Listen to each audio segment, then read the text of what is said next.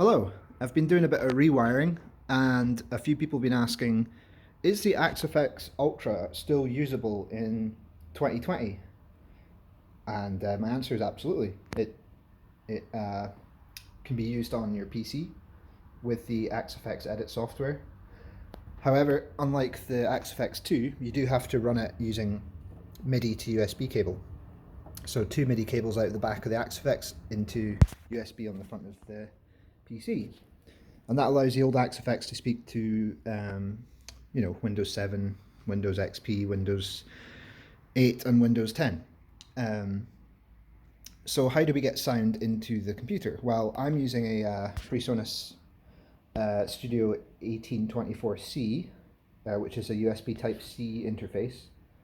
And you have two options when it comes to routing. You can run just normal audio cables straight out and then into the back of your sound card. That's one option. I am, however, running a digital SPDIF cable, which is going into the back of my sound card. Now, it doesn't really matter with the quality of preamps in most modern units. You don't really have to worry about the digital option, but I just chose it for simplicity. So the way to get it set up in your DAW is to find your signal input in your mixer program. So my signal input is SPDIF. And then using the AxeFX software, you can build your presets.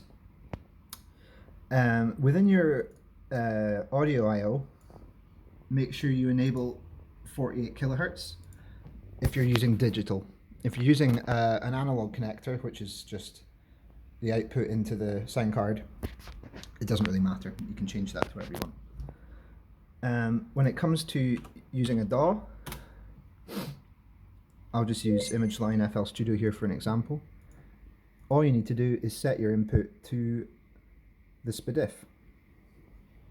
If you're using SPDIF, and if you're using the inputs, you can use line 3 and 4 on the back. So just enable that. And there you go, you got a signal coming in, and now you can record guitar with the AxeFX Ultra.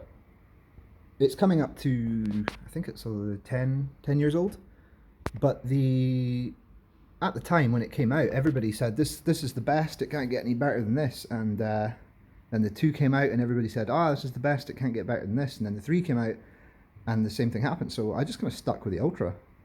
Fair enough, it may not replicate the valve amp vibe as accurately as the 2 and the 3 or the Kemper, but for my bedroom studio use, it's ideal, and they are about 1/3 of the price that they used to be. So yeah, it's a cool wee unit to pick up. Thanks guys.